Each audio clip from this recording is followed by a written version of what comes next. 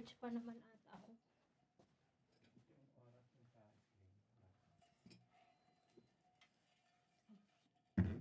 Nak.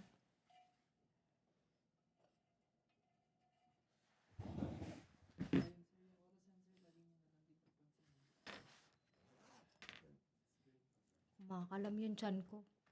For the diet. Hindi, nag-metformin naman ako kanina.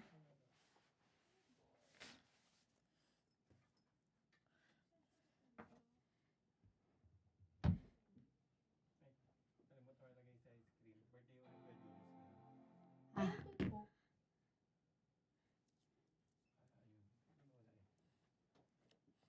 Si Sir Elines pala, Sir Marbs.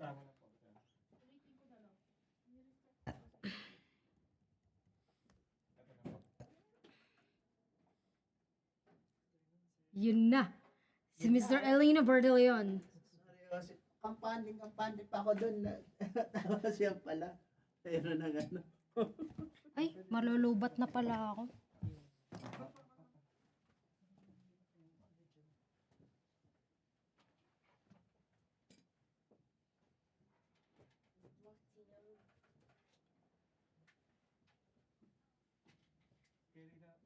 Kamusta ang supplier niyo? I mean, supplier natin ng pagkain. Ha? On time ba sa inyo? Sa amin? Ay, hindi. Hindi rin. Nung sa LCPC, hindi. Masyado namang advance ang problema. Kaya nga parang tayo Hindi nagbibigay rin, ng... hindi rin, ano? Tayo nagbibigay ng oras. Sila ang nasusunod dun sa gusto nila. Oo. At saka yung ano, pag wala ng halimbawa, wala na yung, anong tawag doon? Yung sa meal, ano yung putahe. Oo. Sila Di-decide yung sila na yun na yung di-deliver nila. Kaya nga, Hindi na susunod yung kung ano pipiliin mo.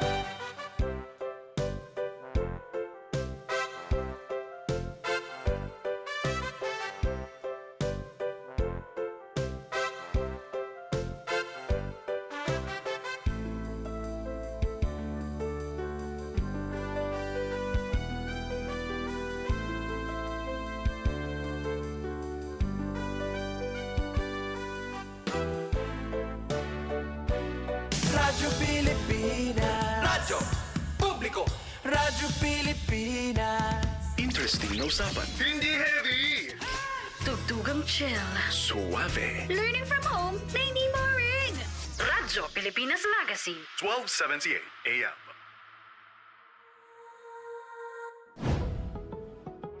Kayo ay sumusubaybay sa Makabata Teleradyo. Basta bata, tayo ang bahala. Ang programang ito ay tumatalakay sa mga karapatan Sir at Marv, sa usapin yung ng pag-scroll mga po. bata. Thank you. At narito ang ating host. Philippine Standard Time. It's 4:06 p.m. Isang makabatang hapon sa ating mga manonood at taga-subaybay. Napapakinggan po tayo sa Radyo Magazine 1278 kHz. And good afternoon, Kuya Elino. Kamusta po? Balita ko nitong weekend ay nagkasakit kayo? Oo nga makabatang araw Ate Cams. Siyempre sa ating mga tagapakinig at tagapanood ng ating programa ngayong hapon. Oo nga, medyo di maganda yung tiplada ng katawan ko kahapon. Medyo masakit yung balikat ko. No? Pero naging okay naman kaya I was able to go to the office this morning. But anyway, so welcome ulit sa episode natin ngayong hapon. Sa ating mga Makabata Teleradyo listeners and viewers, sa antabayanan ng aming palabas tuwing Lunes, alas 4 hanggang 6 ng hapon na mapapakinggan po kami dito live sa sa Radyo Magazine 1278 kHz. Ate Cams, noong nakaraang Lunes, naging panauhin natin online ang ating napakabait at accommodating na kaibigan mula sa Commission on Population Development. Walang iba kundi si Miss Maylene Mirasol Kiray o Ate May. So ayon kay Ate May, ang Commission on Population and Development ay pangunahing ahensya ng pamahalaan na nakatuon sa population management at mga usaping may kinalaman sa development, kabilang na ang lumalalang issue ng adolescent pregnancy o pagbubuntis sa murang edad.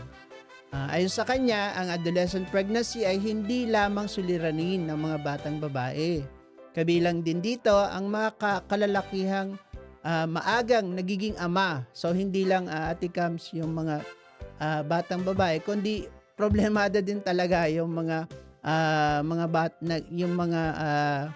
batang ama na tinatawag. So parehong panig ang nagdadala nito at mabigat na hamon o responsibilidad ang pag-antala o tuluyang paghinto sa kanilang pag-aaral, pagharap sa health risk at emotional stress.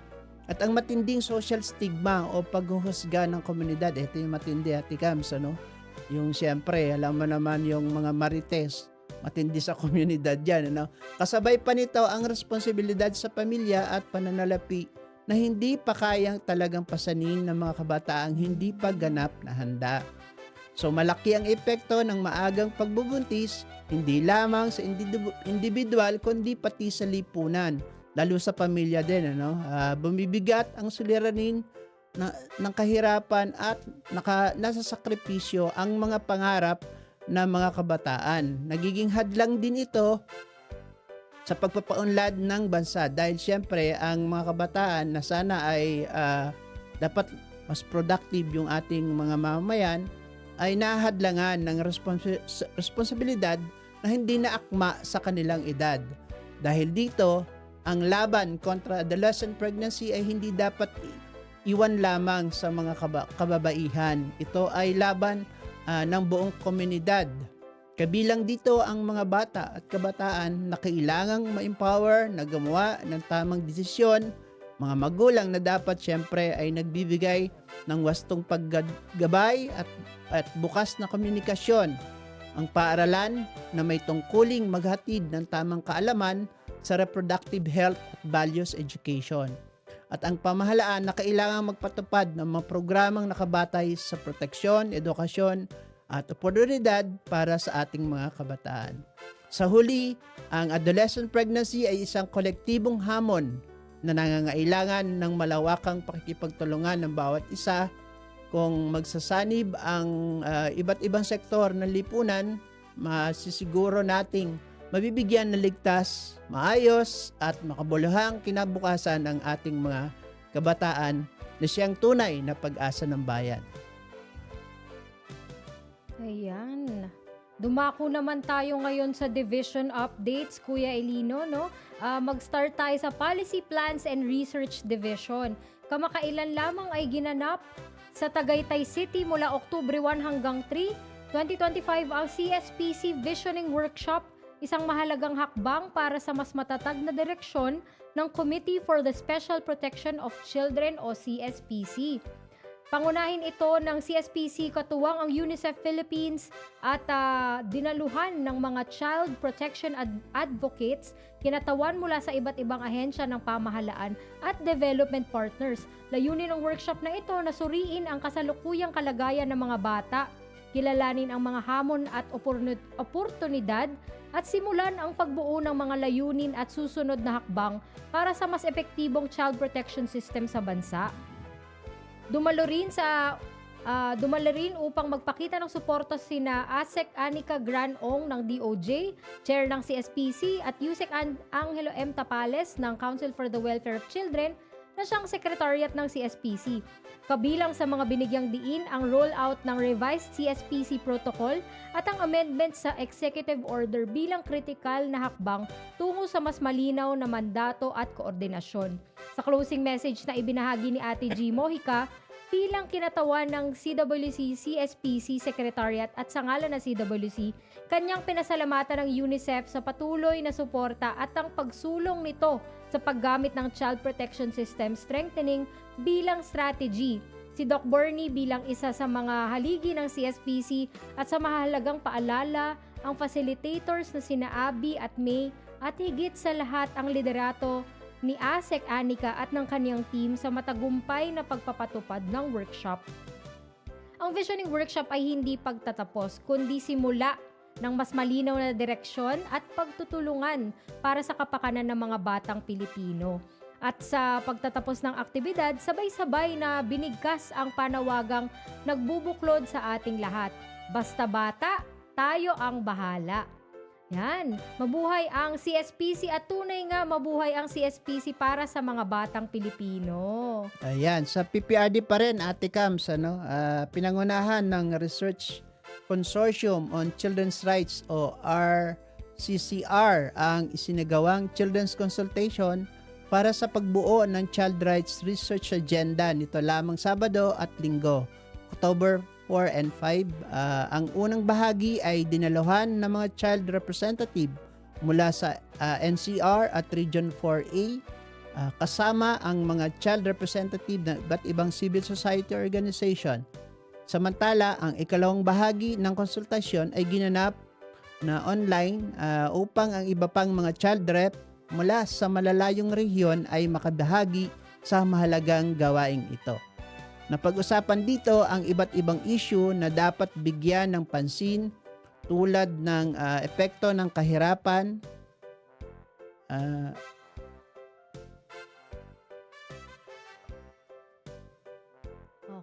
epekto ng kahirapan, kalusugan at nutrisyon, mental health at reproductive health ng mga bata. Na bahagi din ng mga child participant ang kanilang ideya sa paggawa ng child-friendly research methodologies kung saan binigyan din nila ang pakikipag-ugnayan sa mga LGU, sangguniang kabataan at organisasyon upang mas makuha ang tunay na perspektibo ng mga bata. Ilan sa kanila ay nagpahayag ng interes na aktibong makilahok sa mga research bilang research presenters at hindi lamang mga respondents. Sa pamamagitan ng children's consultation na ito, mas lalong napatunayan na ang mga bata ay may mahalagang papel sa paghubog ng mga polisiya at pag-aaral para sa kanilang kapakanan. Tuloy-tuloy naman ang paghahanda ng RCCR para sa susunod na round ng mga konsultasyon kasama ang mga academic institution, civil society organization at mga ahensya ng gobyerno na siyang magaganap sa mga susunod na linggo sa nitong buwan ng Oktubre. Yan, jam-packed ang PPRD, no? Dumako naman tayo sa aming unit, ang Public Affairs and Information Office. Para naman sa payo, dumalo sa isang simple at mabilis na pagpupulong si Kuya Marvin kasama sina Attorney David ng Project Management Office kung nasaan ang Makabata Helpline 1383 sa Pasay City Social Welfare and Development. Ito ay kaugnay sa darating na State of the City Children Address o SOCA ng ating mahal na alkalde ng Pasay na si Mayor Emmy Calixto Rubiano. Kasama na sa nasabing okasyon ay ang pambayang paglulunsad ng ating Makabata Helpline 1383 sa buong lungsod ng Pasay. Napapanahon ang nasabing paglulunsad dahil ang ating Makabata Helpline 1383 ay operating na 24/7 at napakahalaga ng suporta ng pamahalaang lokal tulad ng Pasay para mas mapalapit sa mamamayan gamit ang barangayan lalo na sa mga bata at ating mga Makabata Helpline 1383. Antabayanan niyo po ang mga susunod pang ulat tungkol sa nasabing pagpaplano. Madagdag ko lang din, Kuya Elino, tuloy-tuloy na ang paghahanda ng payo para sa National Children's Month na gaganapin sa buong buwan ng Nobyembre. Sa katunayan, pumunta ang team namin sa local government unit ng Quezon Province last week para sa preparations sa National Play Advocacy Week. Excited kami para dito at mayroon kaming international NGO na makakasama sa November. Pakakaabangan po natin ito. Ayan, oo. Talagang naghahanda na talaga tayo ng Ate Gams, Yes. sa ating National Children's Month itong November. Kaya maraming coordination activities ang ginagawa nyo. So, dako naman tayo, Ate Gams, sa Project Management Office. Sila Ate Lee, para naman sa Project Management Office, nitong nakaraang linggo naman, October 1 to 3, ay nag-courtesy call visit sila. Ang Makabata Helpline 1383 team sa Mayor's Office ni Honorable Benji Magalong. Ayan, sa Baguio City, Bagamat hindi na natanan si Mayor Magalong, malugod naman silang inasikaso ng kanyang executive assistant kung saan nagbahagi kami ng maikling pagpapakilala tungkol sa Makabata Helpline at namahagi ng mga IEC materials para sa paglalagay sa mga estratehikong lugar sa lungsod ng Baguio City. Bukod dito, nag-courtesy visit din sila sa City Social Welfare Service and Development Office ng Baguio City kung saan ipinakita ni Miss Dolores Busakay ang kanilang mga good practices at mga hamon sa pagpapatakbo ng kanilang Child Protection Hotline. So mabisang naging palitan ito ng kaalaman at karanasan para sa pagpapalakas din ng ating sariling helpline operation. Panghuli, nagkaroon din ng learning visit at ang team sa Smart City Command Center ng Baguio City. So, ang Baguio City merong Smart City Command Center, kung saan ipinakita ang makabagong teknolohiya at integrated response system ng lungsod para sa mga emergency calls at real-time monitoring. Naging inspirasyon ito para sa posibleng pag-adapt ng katulad na mekanismo sa Makabata Helpline. Sa kabuuan, ang learning visit na ito ay nagbigay ng malalim na pag-unawa sa iba't ibang modelo ng hotline management at nagbukas ng mas maraming koordinasyon at partnership para sa proteksyon ng mga bata. Ayan. So, nakasama naman po ng head ng PNO na si Ate Lee, si Ate G, Kuya Pao at Kuya Nel ng Policy Plans and Research Division sa ginawang visioning workshop ng Committee for the Special Protection of Children. Ito yung report po kanina, under PPRD ng Department of Justice para sa mga gagawing hakbang sa pagpapalaganap ng Enhanced Optional Protocol for the Case Management of Child Victims of Abuse, Neglect, and Exploitation upang mabigyan ng proteksyon ang bawat batang Pilipino. Ang nasabing gawain ay pinangunahan ni ASEC Makhen Anika Granong at ni Kuya Jello. Ito ay dinaluhan ng iba't ibang representative ng mga ahensyang miyembro ng CSPC, gayon din ang mga representative na galing naman sa iba't ibang local government units. Ikams? Paalala lang po muli, no, ang Makabata Helpline 1383 ay patuloy na tumatanggap ng mga ulat at konsultasyon ukol sa karahasan, abuso, diskriminasyon at pagpapabaya sa mga bata. Maaaring tumawag sa 1383 sa smart number na 0919-354-1383, sa Globe naman na 0915-802-2375. Mag-chat sa Makabata Helpline 1383 Facebook at Instagram. Ayan, sige po, ayan, i-click ang Makabata logo sa website ng CWC.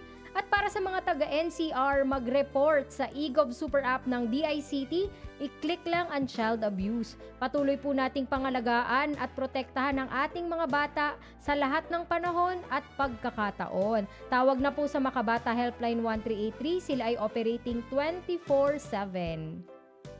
Ayan. So, Ate Kams, dumako naman tayo sa division namin, ano? Yan. Localization and Institutionalization Division. Siyempre, sila Ate Ruth, si Ate Julie, Ate Erica, si Kuya Jay, at ating regional coordinator na si Franz ay nagbigay ng technical assistance sa 15 local government units ng mga municipalities sa probinsya ng Negros Occidental. Ito ay mga 80 participants para sa pag-formulate ng kanilang local development and investment plan for children. Ito ay ginanap noong September 29 to October 3. Inorganize ito ng Provincial Council for the Protection of Children ng Negros Occidental. Nakapag-drop po at ang lahat ng LGUs na dumalo ng kanilang LDPC at action plan naglalaman ng kanilang mga susunod na hakbang upang ma-finalize at ma-aproban naman yung kanilang LDPC, LIPC ng sangguniang panlalawigan at ng sangguniang ng kanilang mga munisipyo. No? So, tagumpay naman ang ginanap na pangalawang session ng Port e-learning for the Local Council for the Protection of Children webinar series noong October 1 na pinangunahan ni Ate Jade na facilitate. Katuwang ang institutionalization section kung saan main topic ang aligning minimum standard with the anti-OSAEC si SAEM law na tinalakay ni Attorney Stephanie Garay of the National Coordination Center Against OSAEC si SAEM at Breaking the Chains, Preventing Child Early and Forced Marriage and Union. So yung tinatawag na SEPMU, no, na tinalakay ni Kuya Lance naman ng CWC bilang resource person. So maraming salamat po sa suporta ng Consuelo Foundation sa ating activity na ito na nakalikom ng libo-libong audience na naka-engage sa ating social media platform mula sa iba't ibang panig ng bansa. Antabayanan po ang mga susunod pang mga session sa October 8 ng ating e-learning session. Tikams? Ayan, at sila Ate Jinky naman, no, kasama sina Ate Gladys ng RCWC NCR at Ate Mariel naman po ay dumalo, nagsilbing resource persons, co-facilitators and documenters during the Child Budget and Expenditure Tagging and Tracking o CBET Capacity Building and Module Review with Baguio City Government noong September 29 to October 2 sa Astoria Ortigas Center, Pasig City. Dumalo rin po rito ang ilang kinatawan ng regional government agencies ng miyembro ng Public Finance Committee, PF4C Committee, na nakapacitate din at nakapagbigay ng recommendations and feedback. Paunang ulat pa lamang po yan mula sa aming ahensya dito sa Central Office ng Council for the Welfare of Children. Mamaya po ay iuulat naman natin ang mga ganap at mga activities sa aming counterparts sa mga region. Okay, pero bago po yun, mag-commercial break lang po muna tayo. Diyan lang po kayo. Magbabalik ang Makabata Teleradyo. Radyo Pilipinas. Radyo Publiko. Radyo Pilipinas. Interesting na usapan. Hindi heavy. Tugtugang chill. Suave. Learning from home na hindi boring. Radyo Pilipinas Magazine. 1278 AM. Time to celebrate kulturang Pinoy. Tradisyon, musika, sining, literatura at iba pa. Anything and everything fun and Filipino. Ito ang Pinoy Kultura. Flight PR 1043, now boarding. Hey, that's us! Vacation, here we go! Always love flying the first and oldest commercial airline in Asia, our very own flag carrier, Philippine Airlines. Dreaming of love while cruising at high altitudes. Did you know this track was specifically made for Philippine Airlines back in the 70s? Composed by Jose Marichan and arranged by Ryan Cayabyab. Closer to heaven, we're 30,000 feet. Brings back good old memories, at the same time, creating new ones with a new generation. Oo, ang ganda pa naman ng kanta. Leave all your worries as we soar over the clouds. I don't know about you, but I always feel a sense of pride every time I see our flag carrier on airports or up flying high in the sky. They'll be shooting stars through time and space. Yan ang Pinoy Kultura because our culture is cool. Masaya mag-internet. Maraming laro, videos, at kaibigan. Marami ring pwedeng matutunan. Pero tandaan natin na hindi lahat ng nasa internet ay tama o totoo. Maaari kang makaranas ng pananamantala, pang-aabusong emosyonal, at online sexual abuse or exploitation of children o OSAEC. Bukod dito, maaari ka ring makaranas ng pagpapabaya, diskriminasyon, child labor o pagtatrabaho ng delikado at bawal sa bata sa ating komunidad, paaralan at maging sa tahanan. Mahalagang malaman at maintindihan natin ang ating mga karapatan bilang mga bata. Bawat bata ay may karapatan na hindi dapat nilalabag at binabaliwala. Mahalagang malaman natin ang mga dapat gawin kapag nilabag ang ating mga karapatan. I-report o isumbong ang mga paglabag sa pamamagitan ng pagtawag sa Makabata Helpline 1383.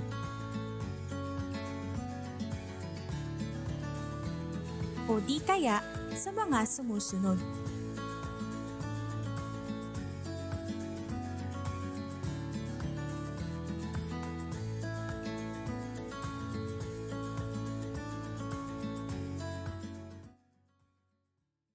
Radyo Pilipinas. Radyo Publiko. Radyo Pilipinas. Interesting na usapan. Hindi heavy. Tugtugang chill. Suave. Learning from home na hindi boring. Radyo Pilipinas Magazine. 1278 AM. Bata Teleradyo. Basta bata, kumiyong bahala. Nagbabalik ang Makabata Teleradyo. Dako na tayo sa ating regional update, no? Mauna na ako, Kuya Elino. Sige.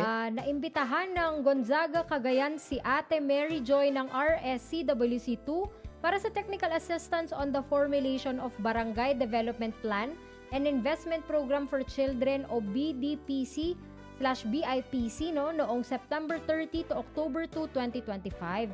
Ito ay nilahukan ng mga miyembro ng Barangay Council for the Protection of Children o BCPCs ng LGU ng Gonzaga. Nagkaroon ng discussion at workshop on United Nations on the Rights of the Child o UNCRC, meaningful engagement of children, situational and causality analysis, theory of change, strategies at results, and resources framework. Sa huli, nakapag-draft ang mga BCPC ng kanilang BDPC, BIPC at action plan para sa finalization nito.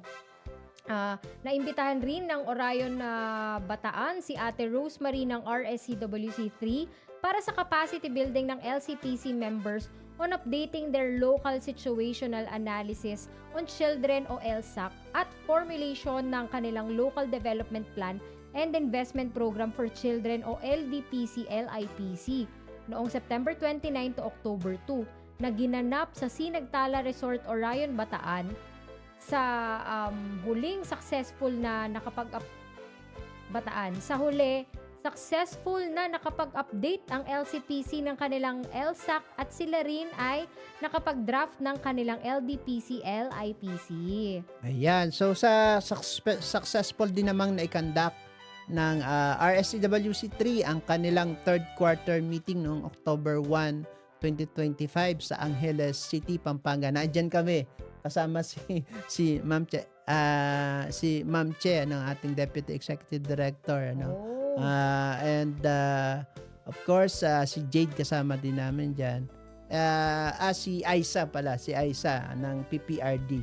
So sa pagpupulong na ito, no, nagkaroon ng updating sa mga napagkasundoang pagtugon ng Region 3 ng RSCWC3 sa mga priority child-related issues and concern. Nagkaroon din ng pag-uusap at pagbuo ng konkretong action, ano, para sa mga natitirang buwan ng taong 2025. Kabilang dito, alam mo, at Ate Cams, yun, naghahanda talaga sila, no, ng para sa regional celebration ng ating Children's Month sa Nobyembre. And then pinaunlakan din ni Ate Rosemary ng RSCWC3 ang imbitasyon ng Provincial Government of Nueva Ecija para sa technical assistance on the formulation of the 4 legacies for children noong October 2 and 3 sa Sierra Madre Suites, Palayan City, Nueva Ecija. Ito ay nilahakan ng mga miyembro ng Provincial Council for the Protection of Children, lahat ng LCPC ng Nueva Ecija, kung saan nagkaroon ng action planning para sa finalization ng kanilang 4 legacies for children. Ayan, muli ring nakapagbigay ng technical assistance sina Ate Maricel at Ate Joyce ng RSCWC CAR sa Local Government Unit ng Baguio City tungkol sa formulation ng kanilang Local Development Plan at Investment Program for Children o LDPC LIPC noong October 2 to 3 sa Lafayette Hotel, Baguio City. Ito ay nilahukan ng mga LCPC members kung saan nabigyan pansin ang mga priority issues, concerns ng mga bata sa Baguio na dapat tugunan ng kanilang LDPC o LIPC.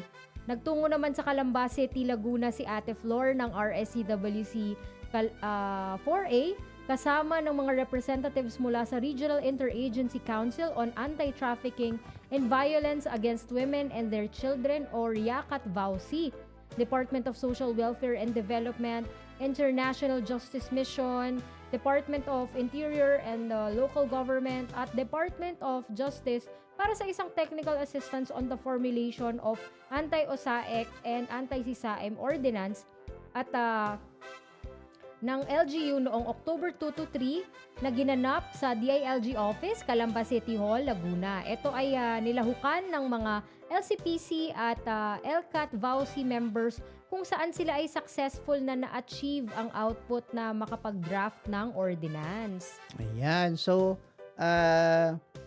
nag-conduct naman ng regional pre-assessment. Ito, Tikams, yung ongoing na validation visit para dito sa 2025 na Presidential Awards for Child-Friendly Municipalities and Cities or PAC-FMC noong October 1 to 2, 2025. Tinulungan ng Regional Awards Committee ang Naga City sa mga kinakailangang paghahanda para sa nalalapit na pagbaba ng National Awards Committee for the National Validation. So panghuli, nagbigay ng training si Ate Ana Marie ng RSCWC Bicol sa POCALs ng Early Childhood Care and Development, Child Development Teachers at Workers mula sa 3 cities at 15 municipalities ng Albay Province tungkol sa prevention, early identification, referral at intervention of delays, disorders, and disabilities in early childhood PERIDEC. PERIDEC. Hirap ng acronym niya, no? Nga eh. So, noong September 29 to October 1, 2025, na ginanap naman sa New Blossom Travelers House sa Daraga Albay. Grabe, Kuya Elino, yeah. no? Talagang Dami, napakalaki hitik, ng ang mga activity ng ating mga siksik-liglig regional ang- coordinator. Oo, activities ng mga ating regional committee, subcommittee for the welfare, of children. Yeah. Para lang po sa kaalaman ng ating mga taga-subaybay, no, ang ating regional committee / subcommittee for the welfare of children o RC/SCWC. Ang dami po ng acronyms, no, pero in not so many words, they are the major counterpart structure of the Council for the Welfare of Children at the subnational level. So, sila po ay critical link between the national and local government.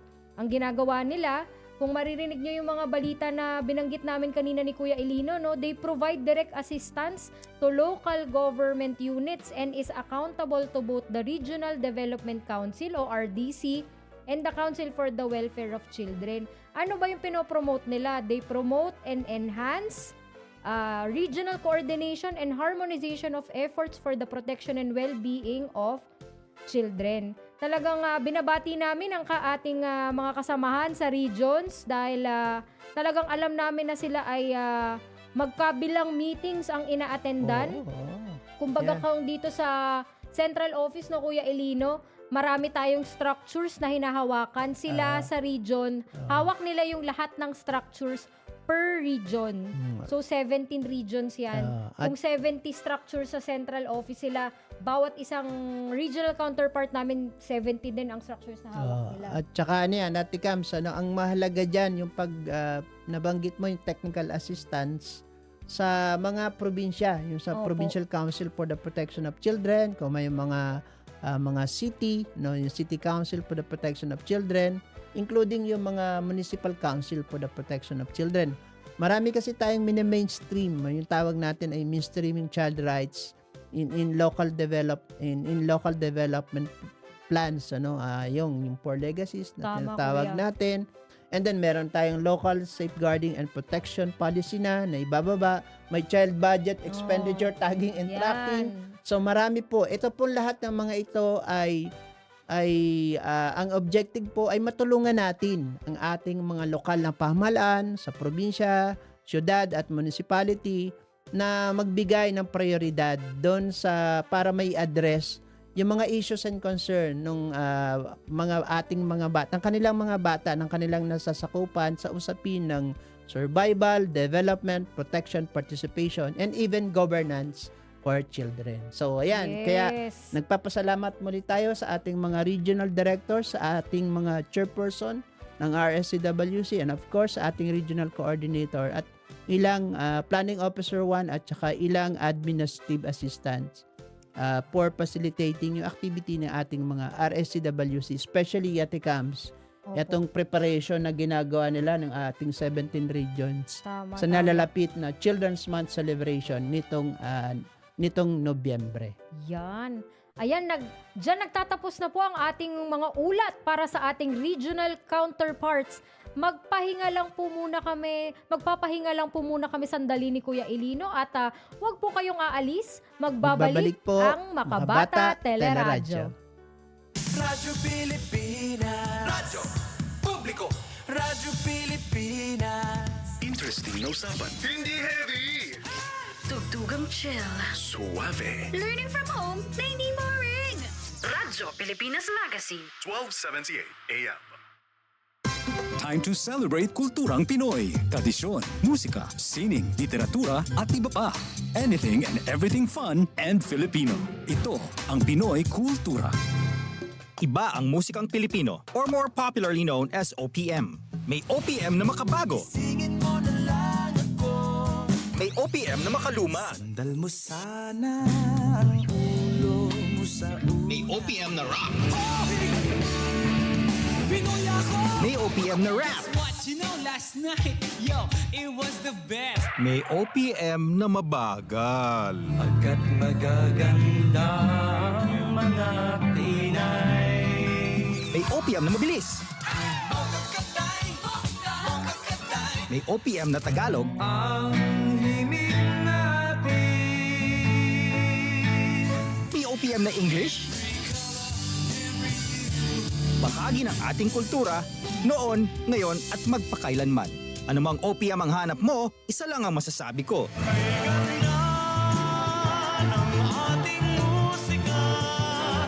Yan ang Pinoy kultura because our culture is cool.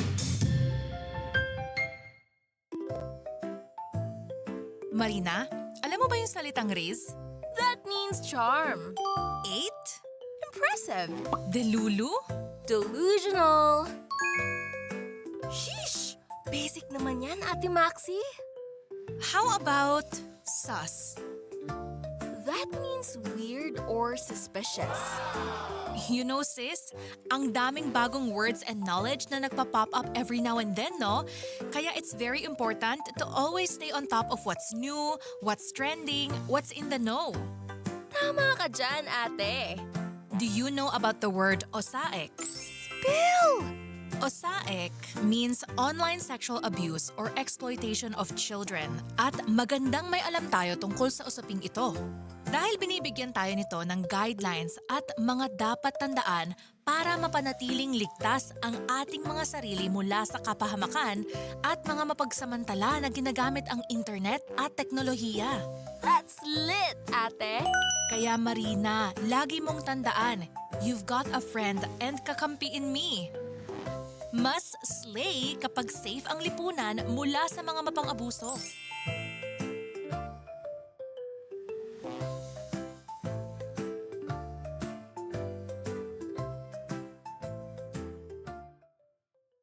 This is a public service announcement.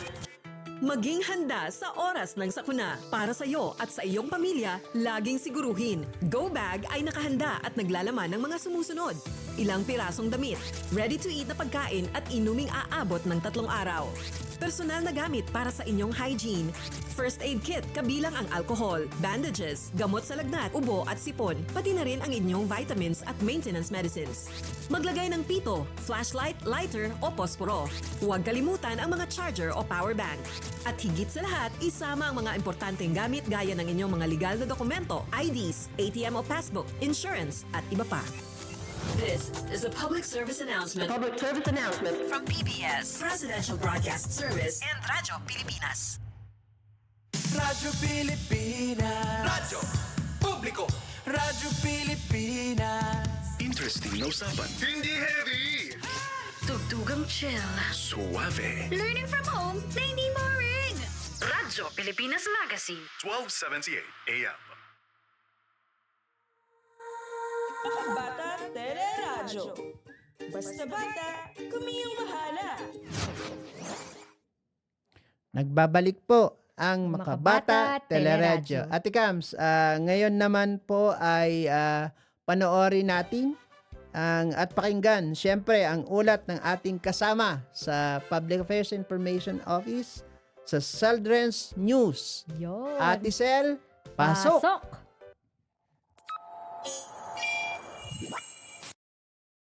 Makabatang hapon, Pilipinas, malaking lindol ang yumanig sa hilagang bahagi ng lalawigan ng Cebu noong gabi ng September 30. Ang lindol ay may magnitude 6.9 at naganap offshore 19 na kilometro hilagang silangan ng Bogo City, Cebu sa lalim na tinatayang 5 kilometro ayon sa PHIVOLCS Primer. Sinasabing ang lindol ay nagmula sa isang fault na tinatayang higit 400 taon nang hindi gumagalaw. Ayon sa PHIVOLCS Primer, as of October 1, mula noong lindol noong gabi ng September 30 ay nagtala na ng 722 aftershocks mula magnitude 1.4 hanggang 4.8. Dahil mababaw ang pinagmulan nito ay mas malakas ang naramdamang pagyanig sa ibabaw ng lupa. Naging patuloy ang mga pagyanig dahil sa stress adjustment sa fault zone o matapos ang malaking paggalaw ng fault. Mas madalas naman ang aftershock sa pinakamalapit na lugar sa epicenter. Karamihan ng mga napuruhan at nasawi ay naitala sa Bogo City at ilang karatig bayan. Nakapagdulot ng matinding pinsala ang lindol sa mga bahay, tulay at pampublikong gusali kasama na rito ang mga ospital at simbahan na nagkaroon ng mga bitak at nakaranas ng pagguho. Kabilang rin ang mga bata sa mga nasugatan at nasawi sa pangyayari. Ipinapakita nito kung bakit kailangang tutukan ang proteksyon ng mga bata tuwing kalamidad. Kaya naman mainam na mayroon tayong Republic Act No. 10821 o ang Children's Emergency Relief and Protection Act. Ito ay batas na nagsasabi na dapat unahin ang kaligtasan, relief at proteksyon ng mga bata bago, habang at pagkatapos ang sakuna. Halimbawa nito ang pagkakaroon ng child-friendly evacuation centers kung saan pwedeng ligtas na matulog ang bata, may tamang sanitation at space para sa mga bata at nanay. Kasama din ang pagkakaroon ng maagang identifikasyon at mabilis na reunification kapag nawalay ang bata sa pamilya.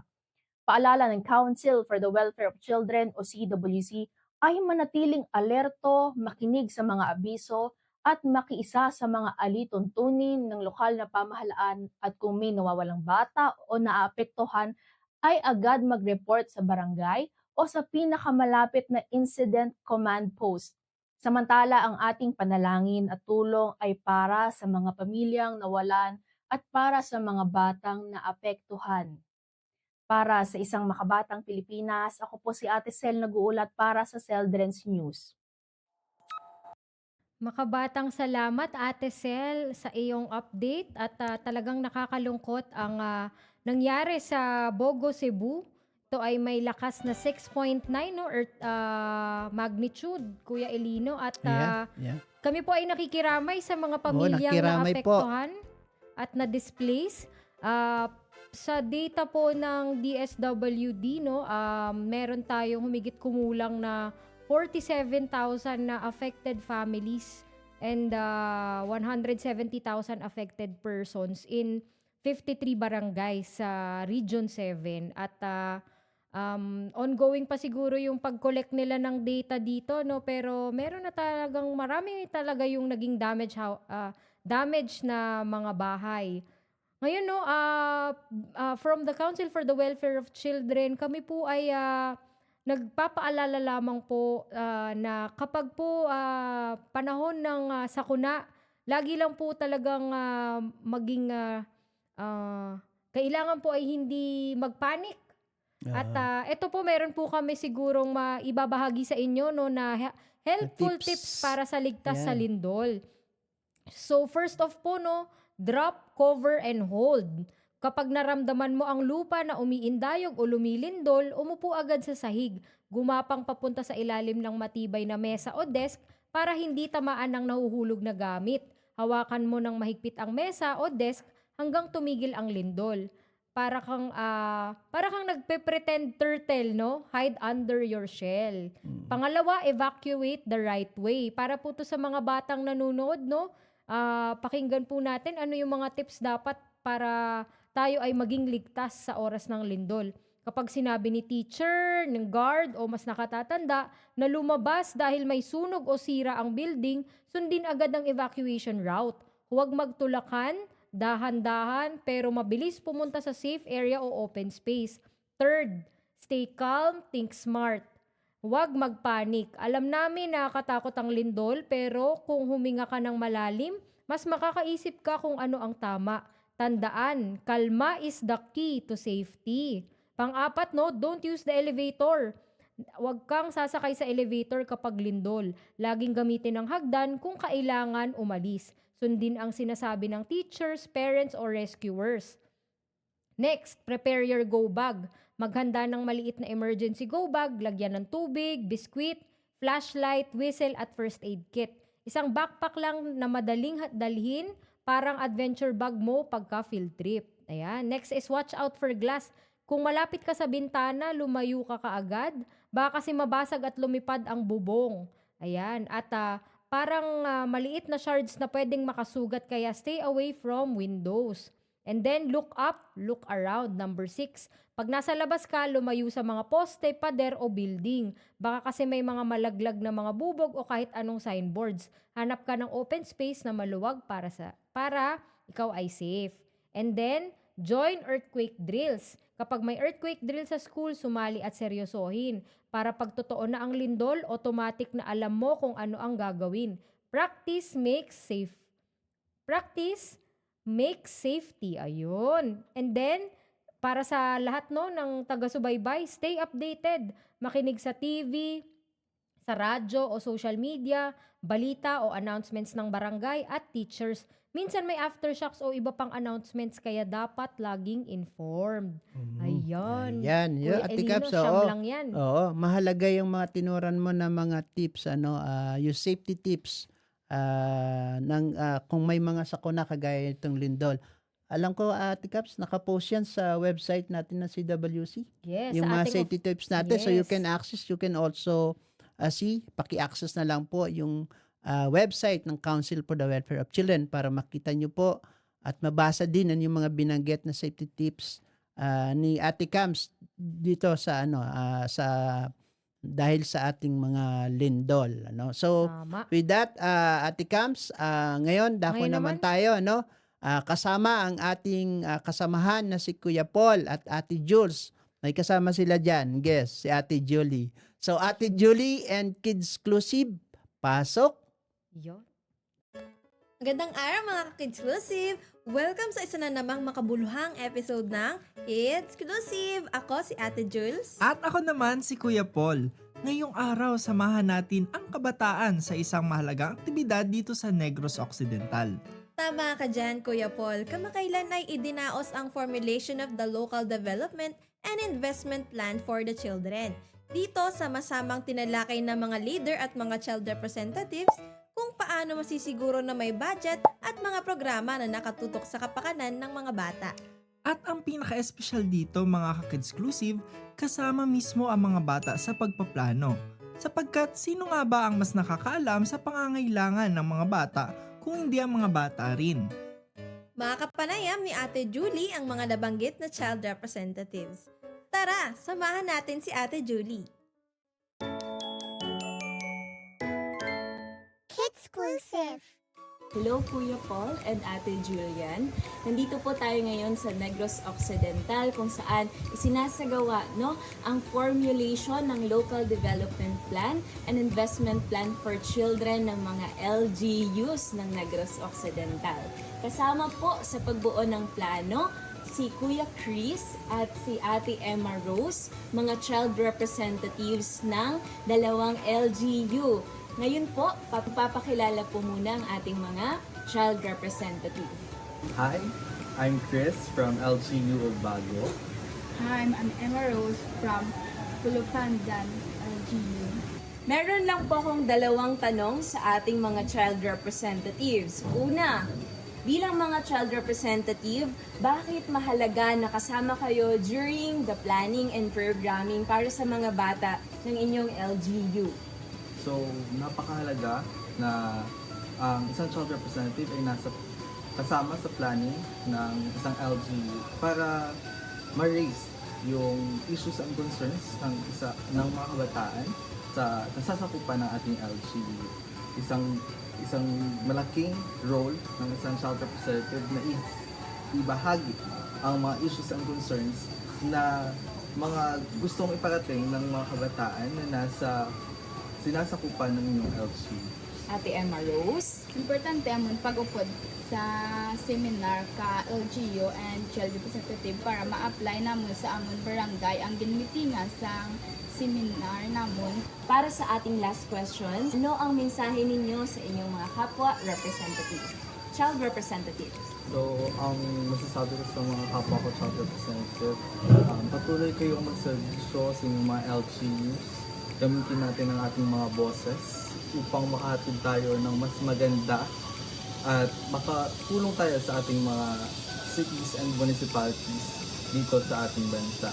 And sabi nga ni Dr. Jose Rizal, ang kabataan ang pag-asa ng bayan. So, don't lose hope, everything.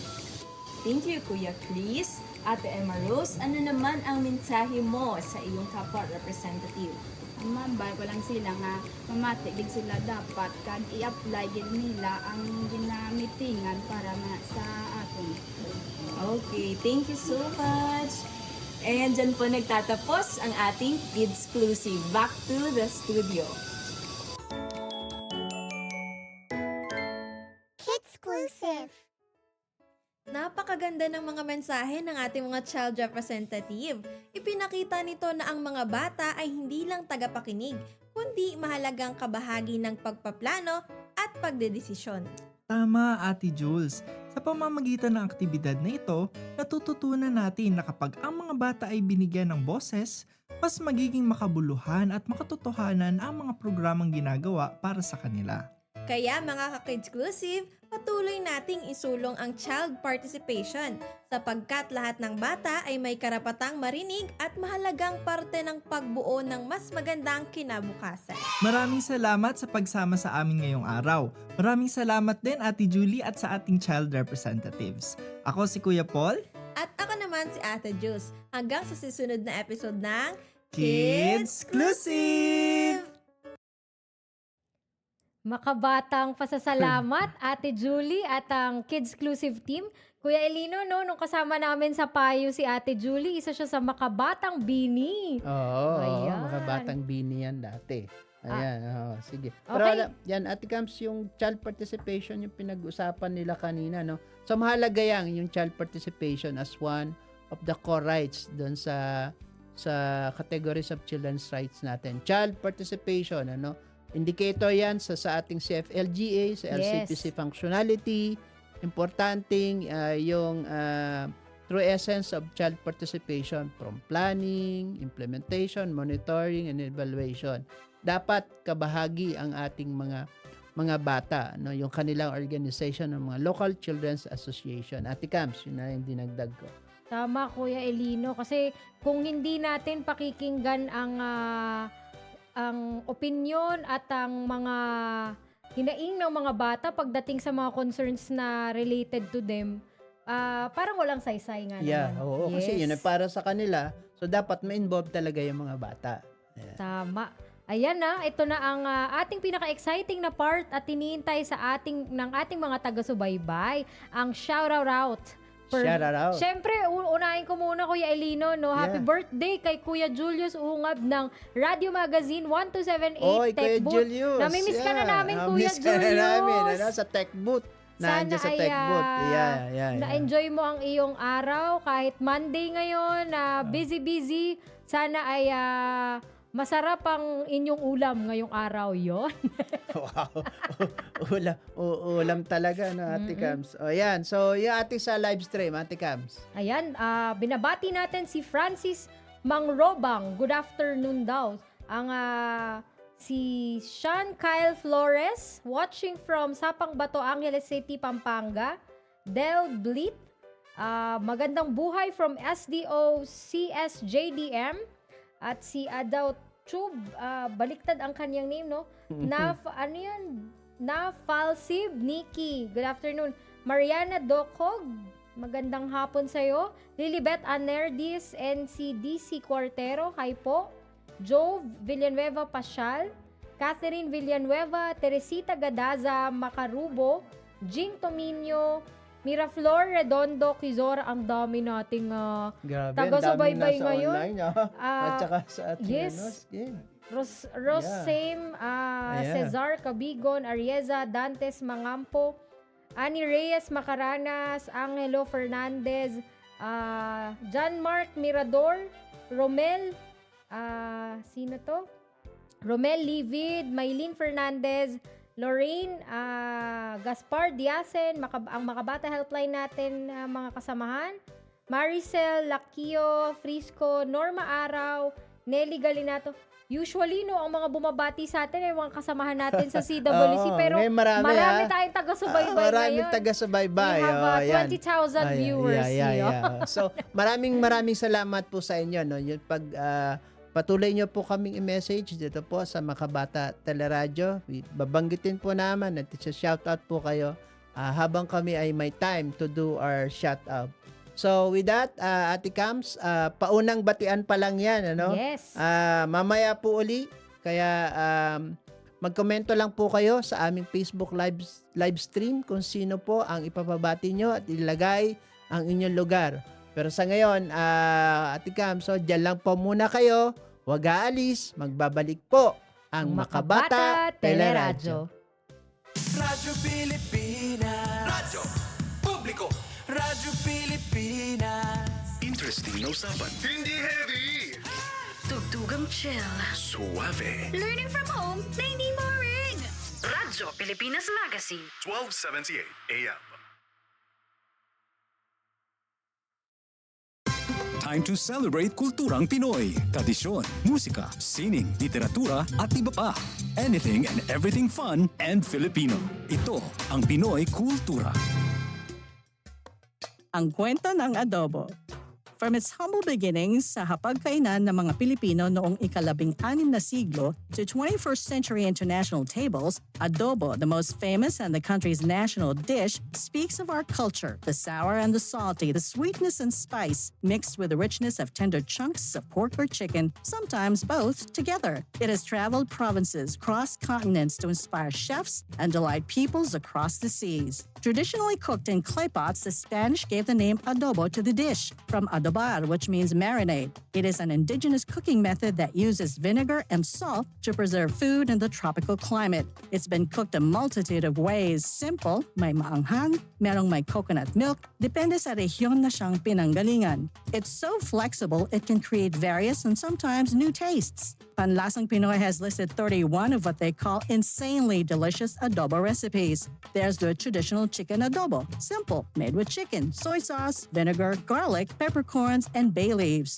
There's adobo that varies in color and taste. Adobong dilaw, adobong pula, at adobong puti. At hindi lang lutong chicken or pork. May adobong tahong, adobong kangkong, and chicken feet adobo. The New York Times once shared on Twitter a simple chicken adobo recipe as comfort food to cook in the middle of winter. The Food Network had its own adobo recipe, and there is apparently a Spanish chicken adobo with chocolate. This humble but iconic adobo is not without controversy. Wikipedia says a trade department once announced plans to standardize the most popular Filipino dishes to make them easier to promote, starting with the adobo. Maraming hindi natuwa at binatikos ang plano. The agency did a 180, said it's not mandatory and will only be done as a benchmark to define a basic traditional recipe para malaman kung tunay na Filipino dish pag nasa international setting. The adobo has been honored abroad, was runner-up in the Best Nouveau Street Food in the 2010 LA Street Food Fest. Philippine Primers says Chef Gordon Ramsay picked a pork adobo burger in Good Morning America's Battle of the Burgers in 2017. One can say the mix of flavors and spices of this iconic dish is a perfect foil for the Filipino character. It has certainly come a long way and has endured all this time. Simple or fusion elaborate version, the adobo remains to warm hearts and please palates. And bringing Tatak Pinoy to the world, just a bonus. Yan ang Pinoy Kultura because our culture is cool.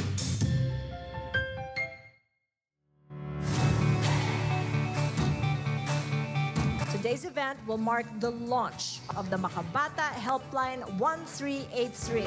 We are positioning the Makabata Helpline to be the focal and apex helpline for children in the Philippines for all children's concerns. Basta bata, tayo po ang bahala dapat. Kudos for always providing the highest quality of service to the children and for primarily taking into consideration the best interests of our children. Let's work together to make the Philippines a place where every child can grow up feeling safe and secure, where violence and abuse have no place, and where every child's dreams can fulfill. This is our banner advocacy. There must be something in us that marks in the Philippines that ay, Makabata 1383, CWC yan. We're proud to join hands with the Council for the Welfare of Children in launching the Makabata Helpline 1383 today. With dedication and collaboration and the use of technology, we can achieve remarkable things. It is true also that when the government and the private sectors collaborate, this is the result. Para sa Kabataang Filipino, Mr. Navarre, please dial 1. Mr. Victria, please dial 3. Asek Elaine, please dial 8. Para sa Kabataang Filipino, please dial 3.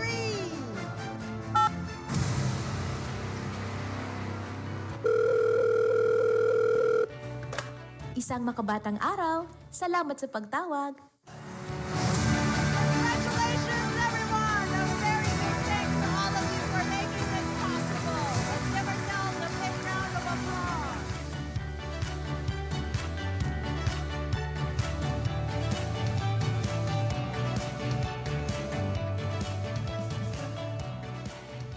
This is a public service announcement. Maging handa sa oras ng sakuna. Para sa iyo at sa iyong pamilya, laging siguruhin. Go Bag ay nakahanda at naglalaman ng mga sumusunod. Ilang pirasong damit, ready-to-eat na pagkain at inuming aabot ng 3 araw. Personal na gamit para sa inyong hygiene. First aid kit kabilang ang alcohol, bandages, gamot sa lagnat, ubo at sipon, pati na rin ang inyong vitamins at maintenance medicines. Maglagay ng pito, flashlight, lighter o posporo. Huwag kalimutan ang mga charger o power bank. At higit sa lahat, isama ang mga importanteng gamit gaya ng inyong mga legal na dokumento, IDs, ATM o passbook, insurance at iba pa. This is a public service announcement. Public service announcement From PBS, Presidential Broadcast Service and Radyo Pilipinas. Radyo Pilipinas. Radyo Publiko. Radyo Pilipinas. Interesting na usapan. Hindi heavy. Tugtugang chill. Suave. Learning from home na hindi boring. Radyo Pilipinas Magazine. 1278 AM. Makabata Teleradyo. Basta bata, kami ang bahala. Po, ang Makabata Teleradyo. Ngayon naman po ay nasa linya na natin ang ating hinahangaan di lang sa kanyang talino at galing, maging ang kanyang kagandahang loob. Ang ating kaibigan, ang Regional Coordinator mula sa RSCWC Region 10, Ginoong Bethoven, Kuya Bitoy, Alena, si Kuya Bitoy natin. Ayan, assalamualaikum, Kuya. Makabatang adlaw, Kuya Bitoy. Kamusta? At bati ka na muna sa ating mga manonood at taga-subaybay. Ayun. Yan. Magandang hapon po. Oy, magandang hapon, Kuya Bitoy. Kuya Elido, magandang hapon. At ikaw, magandang hapon. Kuya Marvin, salamat sa mag-invite po. As you can see po, andito po tayo ngayon sa local government unit ng Lagindingan, no? Misamis Oriental. We conducted the local updating ng kanilang local development plan for children at saka yung investment programming for children po. Ayan. Yeah. Busy si Kuya Bitoy ngayon. Ayun, maraming salamat. Salamat Kuya Bitoy sa paglalaan ng iyong oras para sa panayam na ito ngayong hapon kahit ikaw ay nasa field, nag-TTA ka. So salamat sa panahon na inilaan mo ngayong hapon. Ate Gams, at ito literal talaga Kuya Elino na napaka-busy ni Kuya Bitoy dahil ongoing na may activity sila ngayon. At syempre ako ay magbabato na ng tanong sa iyo Kuya Bitoy, ano ang mga naging ganap sa inyong rehiyon at ano pa ang mga nakalinyang activity sa inyo ngayong buwan ng Oktubre? Ayun po this has been a very busy na kasi yung RCWC 10 po natin never po nag-stop na mag-create po ng mga bagong ideas on how to engage with children. So this year po, yung following years, nag-conduct tayo ng capability building with the RCWC members. Then last year, meron po tayong conduct ng memorandum agreement sa ating kapisanan ng broadcaster ng Pilipinas so that we can reach po ng iba't ibang mga sekto ng ating children sa kamundok-mundukan po. This year we are ongoing po doon sa ating pag-create po ng database on children with DICT and DSWD para magkakaroon po tayo ng unified reporting mechanism po dito sa RCWC at ilang agency po ng sanga ng gobyerno para po iisa lang po yung forma na ginagawa natin pag we have a database on children. And then we recently have po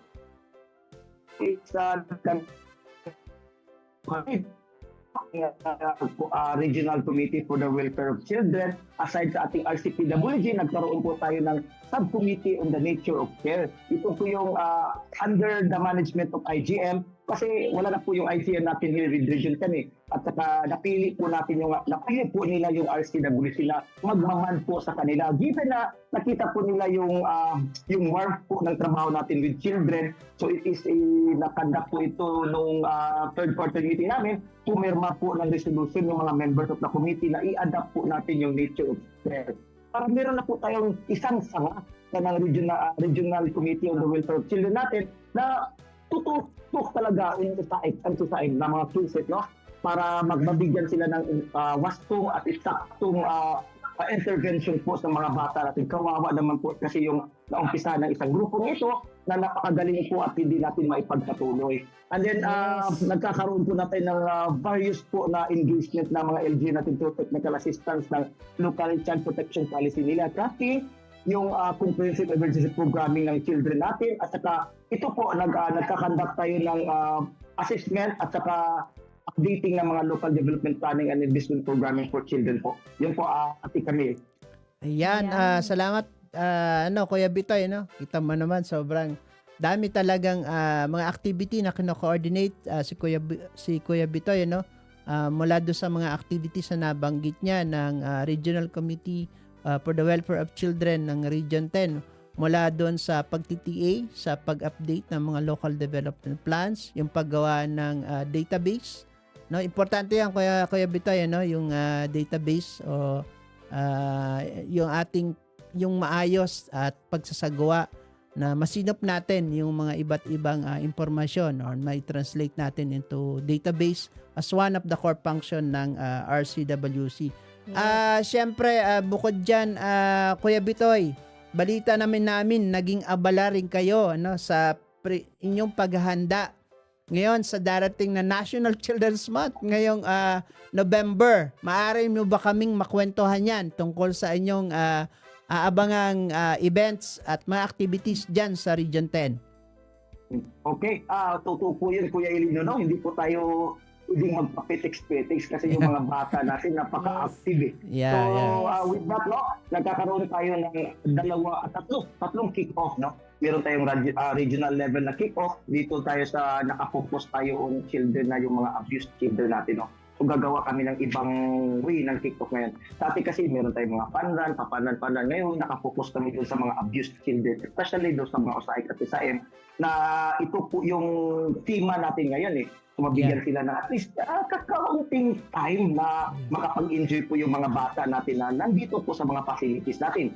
And then with the coordination po ng local government ng ating Cagayan de Oro, magkakaroon po tayo ng dalawang magkahiwalay na kick-off ng Cagayan de Oro para yung dalawang distrito po ng buong Cagayan, kasi napakalaki ng Cagayan de Oro. Gustong-gusto kasi ng LGU ng Cagayan de Oro na mas maraming bata yung makakasali sa ating kick-off ceremony. So kaya dalawang magkakaibang activity sa dalawang araw. So tatluhan po yung activity natin. Then ang LGU ng Malaybalay nag-invite po kasi magkakaroon sila ng sariling kick-off on children with disability. Nakapokus din sa mga disabled children kasi bihira natin sila napabigyan ng mga activities na ganyan. So parang nakatungka lang sa kanila yan for children with disability para hindi po sila ma-left behind at saka hindi sila include dun sa karamihan ng bata at saka hindi sila mabigyan ng tamang pansin. Dito na sa isang araw na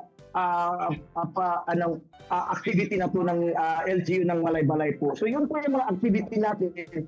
Kasama din po yung engagement natin with sa end council natin at the end of the National Children's Month, which we will be having a memorandum of agreement signing po ng isang LGU ng Cagayan de Oro, isang barangay na pinili natin kasi marami pong cases on violence to children. So ito po with partnership ng DSWD, magkakaroon kami ng programa ng isang barangay na ito para hoping po na maibsan at maibaba po yung cases ng violence to children na isang barangay na ito. Mabigyan ng programa yung pamilya, mabigyan programa yung mga kabataan, maturuan po yung isang community. Kasi when we look at the community, kasi Kuya Elino, napakalaki. Punta sa limang isang region. So sabi ng chairperson ng RCWC na through RD Hamel po, na sabi niya, wait, let me start, no? Na umpisa natin sa isang barangay. If this works, then we will flourish it to the city, then maybe to the whole province and to the whole region po ng Region 10. Kasi kailangan natin malaman kung ano po yung dulo ng mga abuse to children natin, especially itong USAID natin.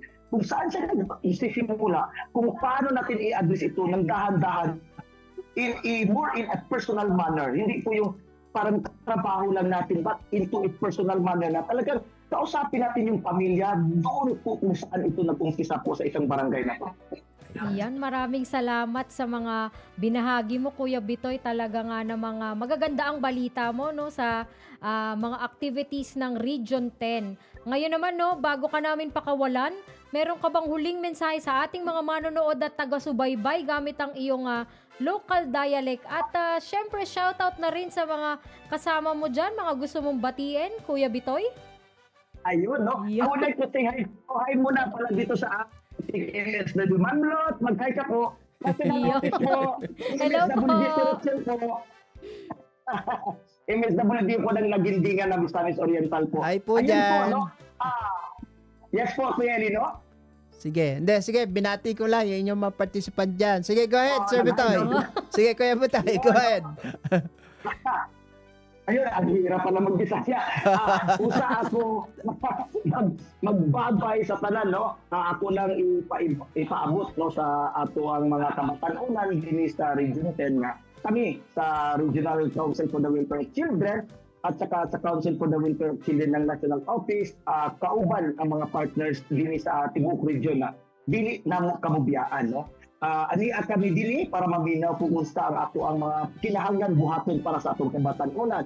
Ani kami dili nagauban-uban para jud ma-address, no, kung unsa jud ang ato ang dapat i-address sa ato ang mga kabatanunan. Dili lang sa atong kabatanunan but sa tibok komunidad, no? This is for the whole community. We wanted to let you know po na we are here for you. We are not going anywhere until po na matry natin at ma-stop natin po yung iba't ibang issues and concern ng mga kabataan sa ating buong Pilipinas po. Yun po ang gusto kong sabihan sa kanila po, Ate Camille at saka Kuya Elino.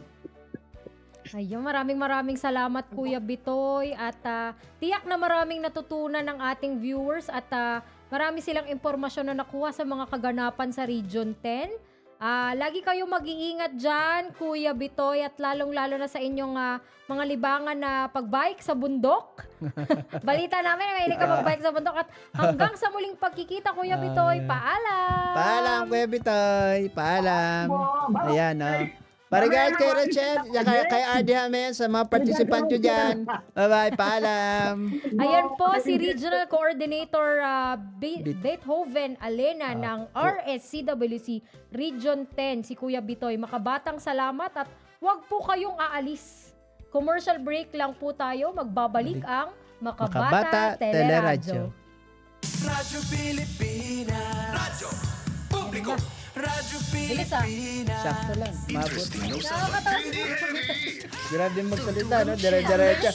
Learning from home, Tiny Moring. Radyo Rapido Pilipinas din Magazine. magsalita. 1278 AM. Time to celebrate kulturang Pinoy. Tradisyon, Bara-bara, musika, gumagano sining, talaga. literatura, at iba pa. Anything and everything fun and Filipino. Ito ang Pinoy Kultura. May nagwawala sa labas? No, that's actually something I haven't heard for the longest time. That's someone trying to run for home in Shatong. Shatong? Ano yan?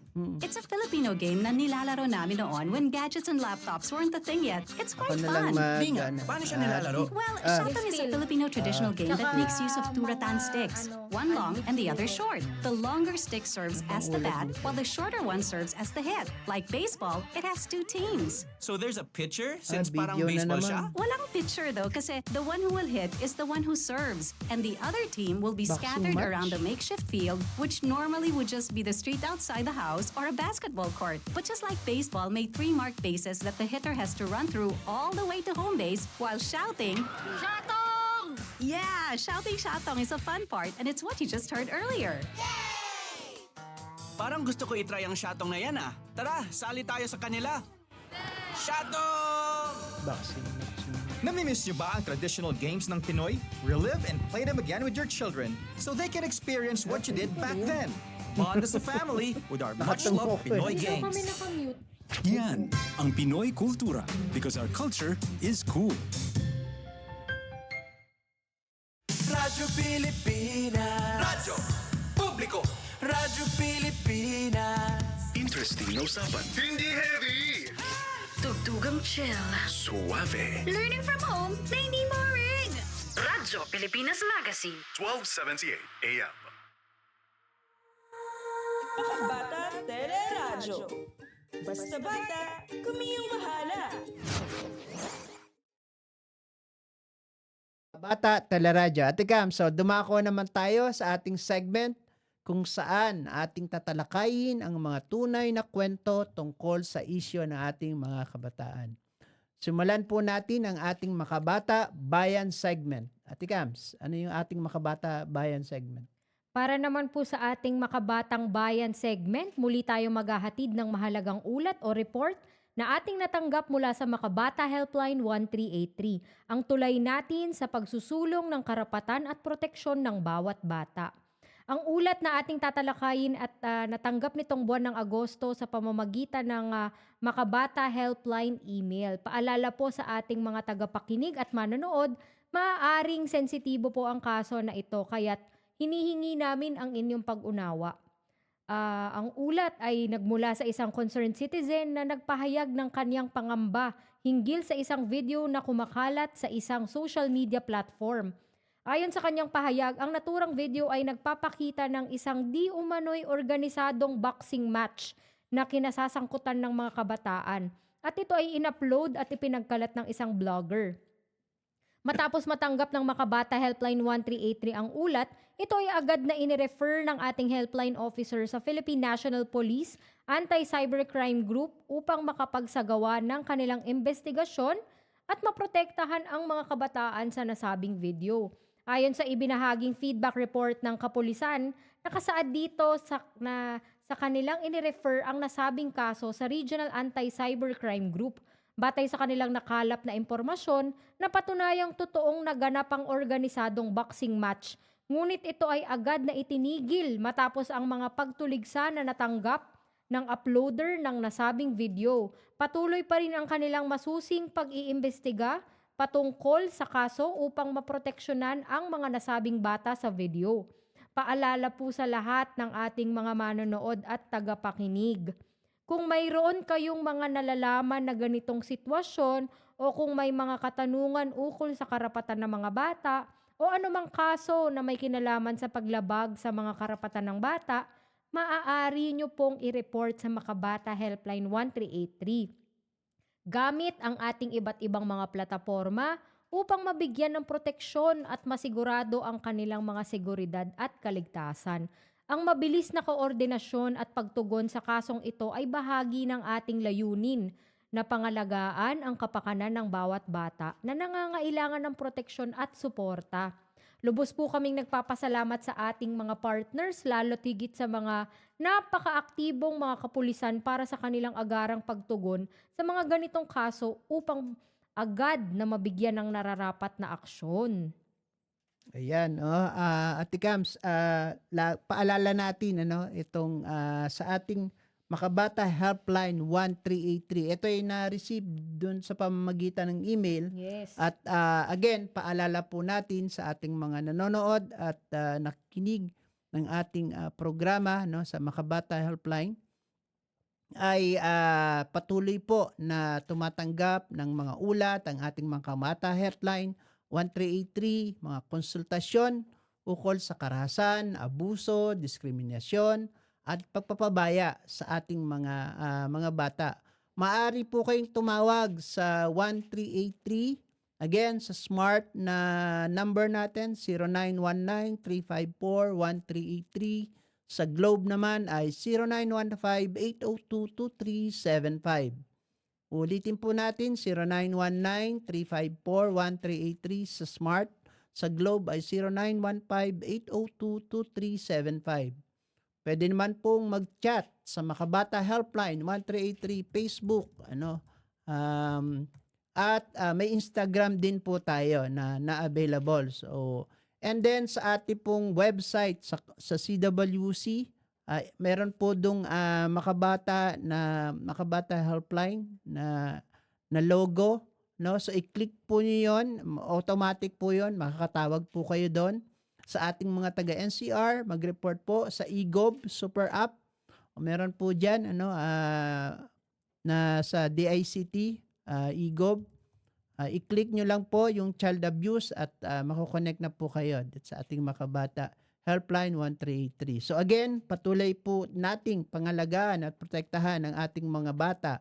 Sa lahat ng panahon at pagkakataon, tawag na po sa Makabata Helpline 1383 sa ating mga social media account. Ngayon naman, Ate Cams, yung report kanina sa email, yung boxing match. Kaya nga, Usong-uso Kuya pa rin Elino. yan hanggang ngayon, di ba? Tapos binivideohan nila ang Tapos mga bata. binubudyohan yung mga bata. Ay, alam mo, Ate Cams, pag ano lang, nung araw na involved din ako dyan, yung tatay ko, pinasali ako sa boxing match nung bata ako. Hindi ko naman alam na napaka-negative. Alam mo, nakakatuwa na yung mga bata ay nai-involve sa mga ganyan. Akala mo sports lang. Pero iba kasi, dahil murang kaisapan, yung syempre, maraming kapahamakan ang pwedeng maidulot niya ng mga boxing match. Although syempre, yung mga boxing idol naman natin ay dumaan sa ganyan. Pero sa murang isipan, medyo hindi naman natin yan ipinopromote yung Tama. mga boxing match na mga ganyan kasi nga delikado yan Tama, Kuya yung mga Elino. ganyan na mga gawain. Sinearch ko nga lang ngayon, Kuya Elino, ang negative effects ng boxing sa bata.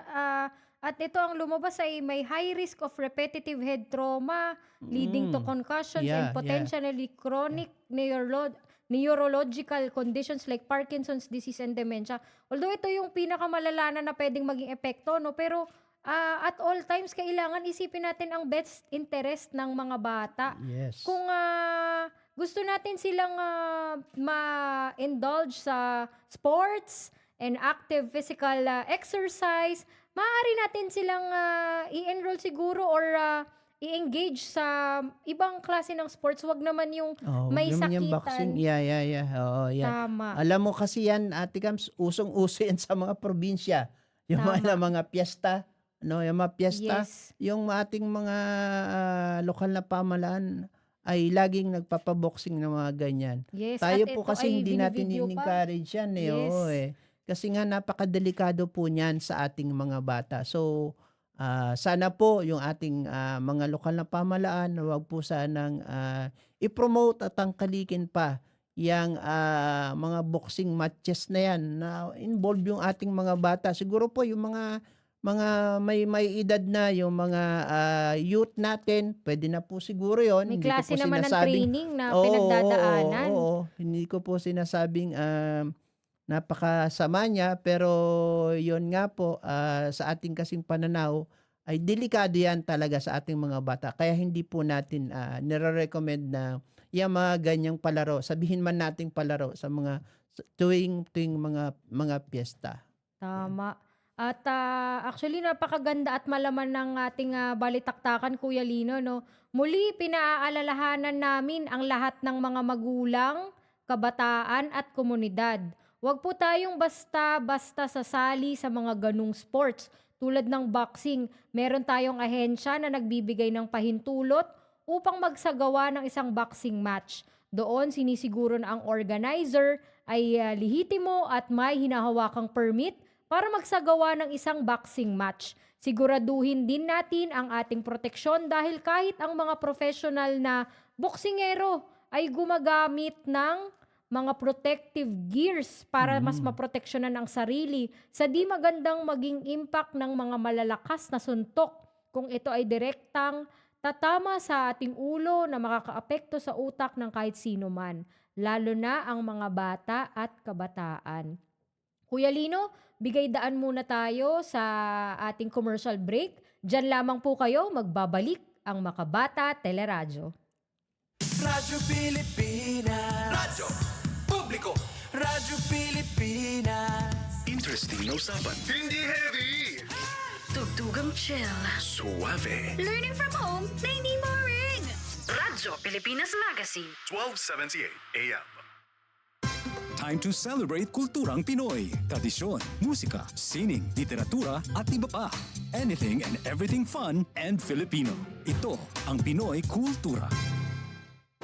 There was a time when going to the wet market, we had a durable and dependable companion, always by our side. The Bayong. It is a kind of bag that is originally and proudly Philippine-made. Ginagamit natin ng madalas simula pa ng Spanish era.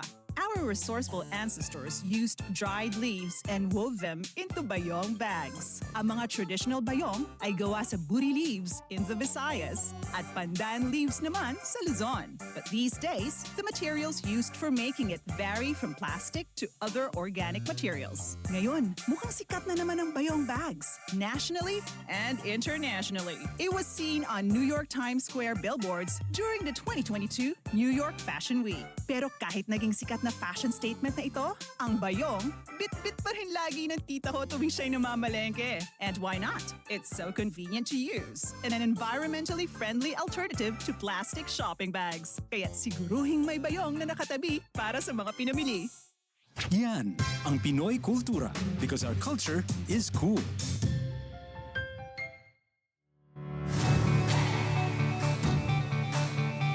Today's event will mark the launch of the Makabata Helpline 1383. We are positioning the Makabata Helpline to be the focal and apex helpline for children in the Philippines for all children's concerns. Basta bata, tayo po ang bahala dapat.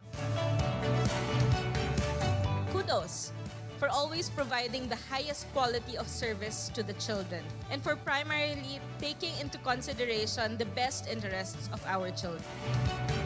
Let's work together to make the Philippines a place where every child can grow up feeling safe and secure, where violence and abuse have no place, and where every child's dreams can fulfill. This is our banner advocacy. There must be something in us that marks in the Philippines that ay, Makabata 1383, CWC yan. We're proud to join hands with the Council for the Welfare of Children in launching the Makabata Helpline 1383 today. With dedication and collaboration and the use of technology, we can achieve remarkable things. It is true also that when the government and the private sectors collaborate, this is the result. Para sa Kabataang Filipino, Mr. Navarre, please dial 1. Mr. Victria, please dial 3. Asek Elaine, please dial 8. Para sa Kabataang Filipino, please dial 3.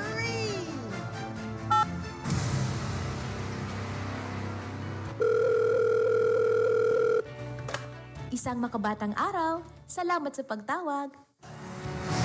Congratulations, everyone! A very big thanks to all of you for making this possible. Let's give ourselves a big round of applause.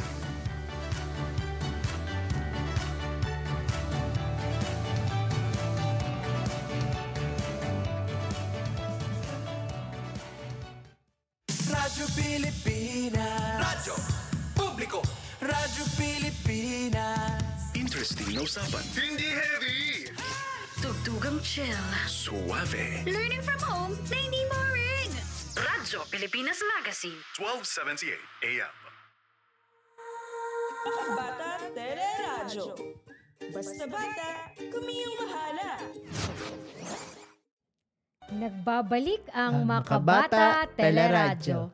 Narito na po tayo sa ating inaabangang interview at isa na namang mahalagang talakayin ng ating pag-uusapan ngayong episode. May naimbitahan tayo online mula sa DSWD Central Office. Siya ang isa sa Social Welfare Officer 3 mula sa Sectoral Services Division, Protective Services Bureau.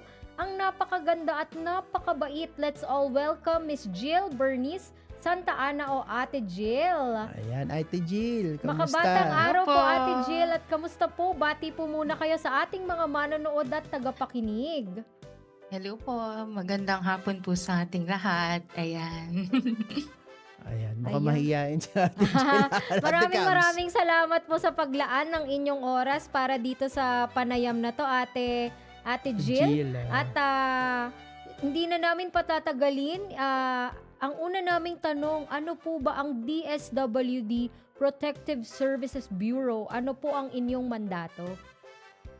Ang Protective Services Bureau po ay isang mahalagang sangay ng DSWD Operations Group na may pangunahing tungkulin na tiyakin na naipapatupad ng epektibo yung mga social protection programs para sa mga beneficiaries. And nagbibigay ang Bureau ng technical assistance sa mga katuwang na ahensya at nagsusuri siya ng mga datos upang masubaybayan yung mga results and ma-ensure yung enhancement ng mga programs and services.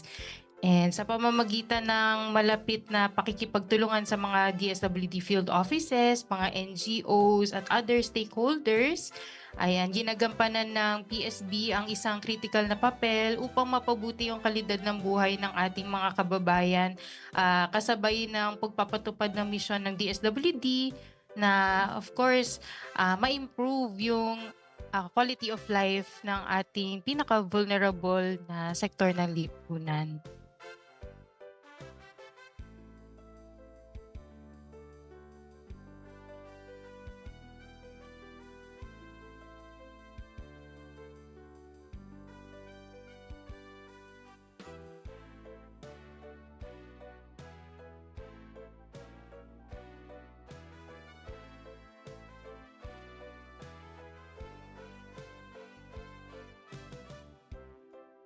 Sorry, nakamute po yata kayo.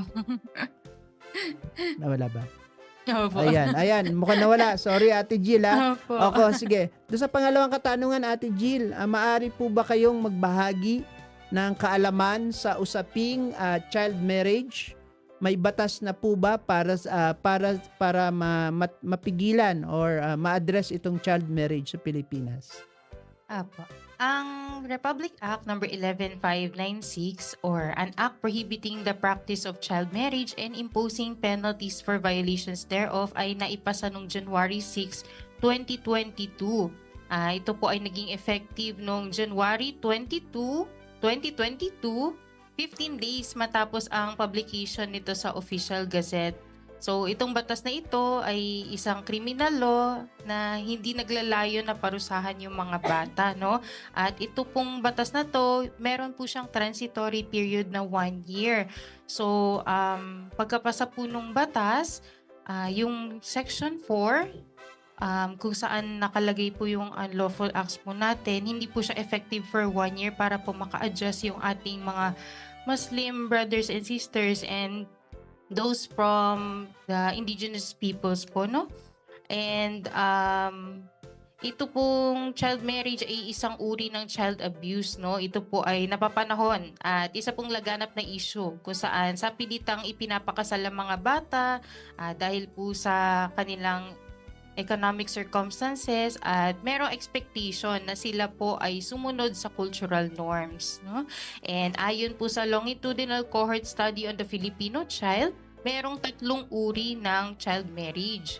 So yung una po is yung traditional child marriage kung saan may pressure from the family at forced into marriage for economic reasons. And yung pangalawa naman is yung peer-led or love union kung saan ang mga kabataan ay in love, may desire to be married or have children, or maging independent. And yung panghuli ay yung circumstantial child marriage kung saan nabuntis na or nabuntis yung partner. Yan. So yung basihan po ng penalty, ayon sa RA 11596 ay nakasaad po sa Section 4, So meron pong 3 unlawful acts ayon po do sa batas. So first is yung facilitation of child marriage o yung pagsasaayos ng kasal. Then we have yung solemnization of child marriage or yung pagsasagawa ng kasal or yung mismong ceremony po, And yung sumunod po is yung cohabitation of an adult with a child outside wedlock. Okay, or yung pagli-live-in po ng isang nakatatanda sa isang menor de edad. So yung penalty po para sa batas na ito ay prison mayor o 8 to 12 years na pagkakakulong at may fine po na 40 to 50,000 pesos. So kapag ang dalawang bata naman po ay nag-live-in ng may pahintulot ng magulang, ang mga magulang po ay maaaring makasuhan bilang facilitator ng child marriage. Ayan, so maraming salamat Miss Jill, Ate Jill. Alam mo, ayan, eto naman yung issue natin ng child Tama. marriage. Ano? Napakaganda ng mga ibinahagay ni Ate Jill sa atin. Imagine mo naman kasi, ang tindi-tindi, yung isang bata ipapakasal sa isang matanda. Di ba? At Alam mo naman na scientifically, hindi pa ready yung bata na talagang into pregnancy, di ba? Yes, Mga ganong yes. mga bagay. At saka talagang mga bata, ang hirap, di ba? Sabi nga natin ay, bata pa nga sila eh. So, bakit mo ipapakasal? Hindi pa naman sila ready mag-asawa, di ba, Ate Jill? Although binansion mo, Opo. Ate Jill, yung mga circumstances na mga yung nagpapacilitate, yung nagkakasal, even yung parents, na ipapasubo yung kanilang minor. Ayan, so ayan, maganda yan at marami tayong kaalaman na binihaga si Ate Jill tungkol sa mga bagay na ito na sana po, wag yan nating pahintulutan itong mga child marriage and even yung forced union, di ba? Ate Jill, ano? At Ayan, so Ate talagang Gams. trigger warning lang din po sa ating mga taga-subaybay, no? Dahil napakasensitibo nitong topic na pinag-uusapan natin. Nakakalungkot din, no, Ate Jill, Kuya Lines, kasi yun nga, yung may napanood din ako tungkol dito sa forced marriage sa isang lugar dito sa Pilipinas. Yung documentary na napanood ko ay talagang nakakalungkot dahil siya ay ginahasa ng kaniyang kapitbahay at ang nangyari dito ay ang ginawa ng kanilang komunidad o ng kanilang council ay ipinakasal sila para ang kapalit ay kalabaw, tama ba? Parang ganun yung napanood ko eh. At nakakalungkot dahil ang mga bata ay dapat naglalaro, hindi binibigyan ng mabigat na responsibilidad. At itong pagpapakasal ay hindi naman siya biro, hindi yun at pagkatapos siyang abusuhin ay bigla siyang ipapakasal, yun ay nakakalungkot. Anyway po, Ate Jill, siguro ay pangatlong tanong namin, no, ano po ang inyong mabibigay na payo para sa mga magulang, sa mga bata at kabataan, pati na rin sa komunidad upang mapigilan ang pagdami ng ganitong sitwasyon? Ang child marriage ay may masamang epekto physically and emotionally, no? Ang mga bata ay napipilitang isantabi yung kanilang mga pangarap, lalo na yung makapagtapos ng pag-aaral, magsimula ng pamilya kahit hindi pa sila handa, at magpalaki ng anak kahit yung kanilang mga childhoods ay hindi pa tapos, no? Ang mga magulang ay may responsibility na gabayan at proteksyonan ng kanilang mga anak upang malayo sa kahit na anong panganib, no? Sila dapat ay maging mabuting halimbawa, magturo ng tamang asal at magbigay ng wastong pangangalaga. Para sa mga bata, sana kayo ay pagbutihan ng pag-aaral para maabot yung inyong talaga full potential at alamin ang inyong karapatan, no? Kapag kayo ay nakakaranas ng pang-aabuso, mainam na magsabi sa isang trusted na adult, no? Para matulungan po kayo. At para naman sa community, ang pagbabago, pwede po magsimula yan sa community. Dapat lahat tayo ay vigilant, persistent, and committed sa pag-safeguard ng ating kabataan. And ang pag-advocate for child's rights ay nagsisimula sa inyo. It takes a community to raise a child. Ayan, napakaganda. That's Ate Gams, ano? Sabi ni Ate Jill, it takes a community to raise a child. Paborito ko din yan, Proverbs na yan, ano? Sa aking Yes. mga, ako'y naging resource person. Anyway, Ate Jill, bukod doon sa mga nabanggit mo na mga payo, meron ka pa bang ibang mensahe sa ating mga tagapanood at tagapakinig ng Makabata Teleradyo at syempre, yung special shoutout mo, ibigay mo na. Yan. Ayan, thank you very much po for having us. DSWD Protective Services Bureau. Malaking bagay po itong Makabata Teleradyo, no, para maging isang channel na mai-advocate namin itong pag-eliminate ng child marriage. And ayun, sa shoutout, marami po kasi. Okay lang po. Okay lang, Ay, okay syempre lang. naman Sige, po. marami pa namang time daw. Ayan, Ayan, marami sige. pa naman pong time. Sige po. Baka po kasi nakikinig yung aking mother. Ayan, si Mami Bernadette. Yung aking boyfriend. Ayan, Ayan, si Troy, special yan. nanonood Oh, siya. okay. And colleagues, friends, and family na nanonood, maraming salamat po. And special mention ko na rin po yung Centralized Processing Office for Minors Traveling Abroad or yung aming MTA. So, nakikinig po sila ngayon. So, ayan. Meron din pong mga special mention yung aking mga bosses. Si Director Grace Arboladura, si Director Alfred Gulia, si Ma'am Irish, and Ma'am Che. And to the rest of the Sectoral Programs Division po ng Protective Services Bureau. And lastly po si Sir Lance pala ng CWC kasi siya po yung naging tulay para po dito sa interview na to. Okay.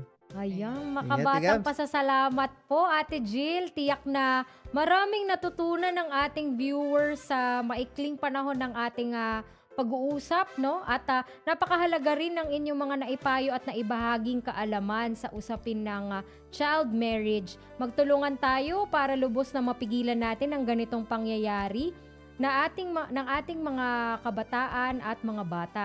Hanggang sa muli, Ate Jill, mag-iingat kayo palagi dyan. Paalam! Paalam, Ate Jill. Po. Maraming salamat. Ingat. Salamat po. Ayan po si Ate Jill Santa Ana mula sa DSWD Central Office at Protective Services Bureau. Commercial break po muna tayo muli. Huwag po kayo aalis. Magbabalik ang Makabata Teleradyo. Radyo Pilipinas. Radyo Publiko. Radyo Pilipinas. Interesting na usapan. Hindi heavy. Tugtugang chill. Suave. Learning from home na hindi boring. Radyo Pilipinas Magazine. 1278 AM. Time to celebrate kulturang Pinoy. Tradisyon, musika, sining, literatura at iba pa. Anything and everything fun and Filipino. Ito ang Pinoy Kultura. Isa sa mga napakagandang alaala nung bata pa ako was visiting Luneta, running around the well-manicured park, staring up at the Rizal Monument, wondering sino kaya siya at bakit may memorial siya. Yung higanteng relo. Aba, I made sure to pull my parents so I could stare at the Flora clock. I couldn't even read the time then pero tuwang-tuwa pa din ako. At eto ang mas nakakatuwa sa Luneta, we didn't really need money to enjoy the park. It was for free. Namamasyal pa sa Luneta nang walang Yan ang Pinoy Kultura because our culture is cool. Masaya mag-internet. Maraming laro, videos, at kaibigan. Marami ring pwedeng matutunan.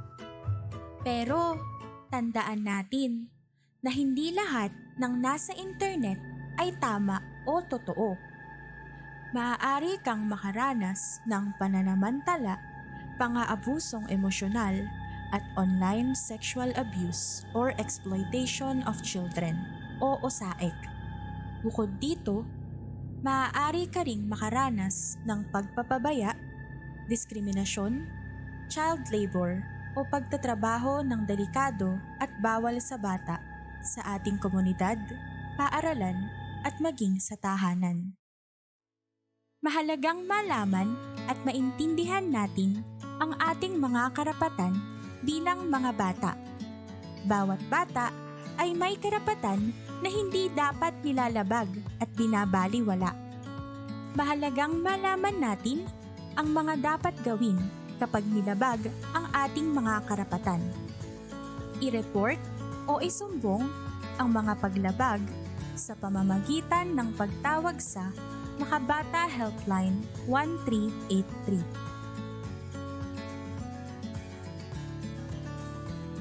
O di kaya sa mga sumusunod.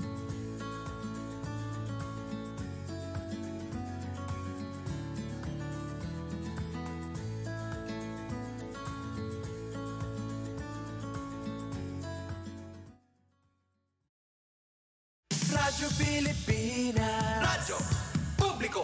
Radyo Pilipinas. Interesting na usapan. Hindi heavy. Tugtugang chill. Suave. Learning from home na hindi boring. Radyo Pilipinas Magazine. 1278 AM. Makabata Teleradyo. Basta bata, kami ang bahala.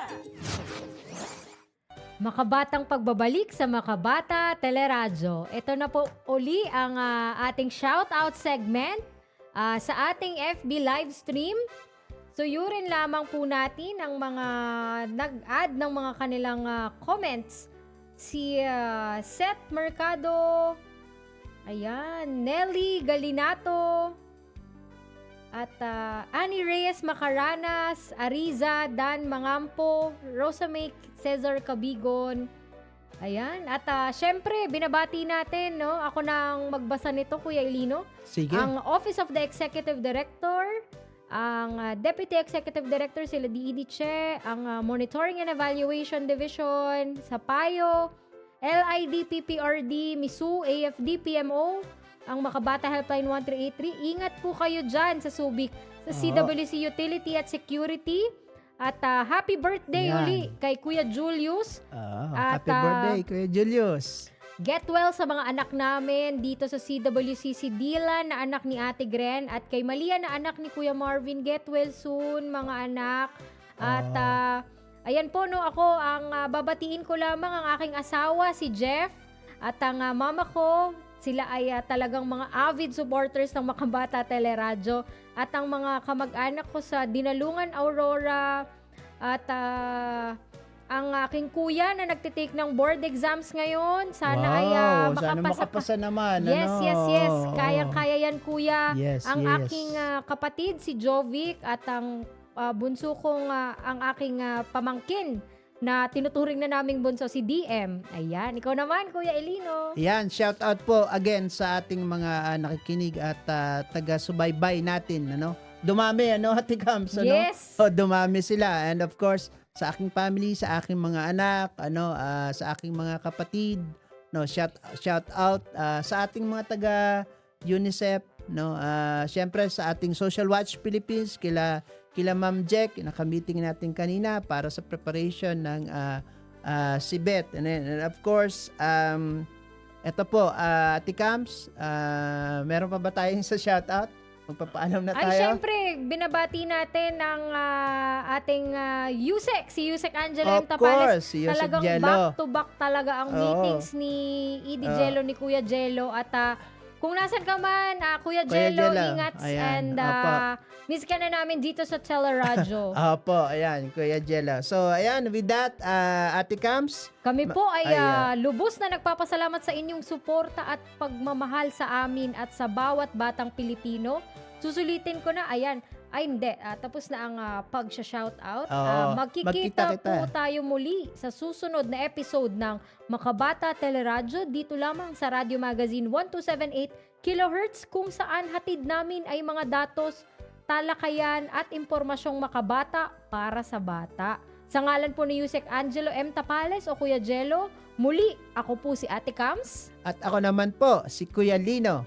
Basta bata, kami ang bahala. Ayan. Watch Edie Jello on the go. Edie Jello on the go.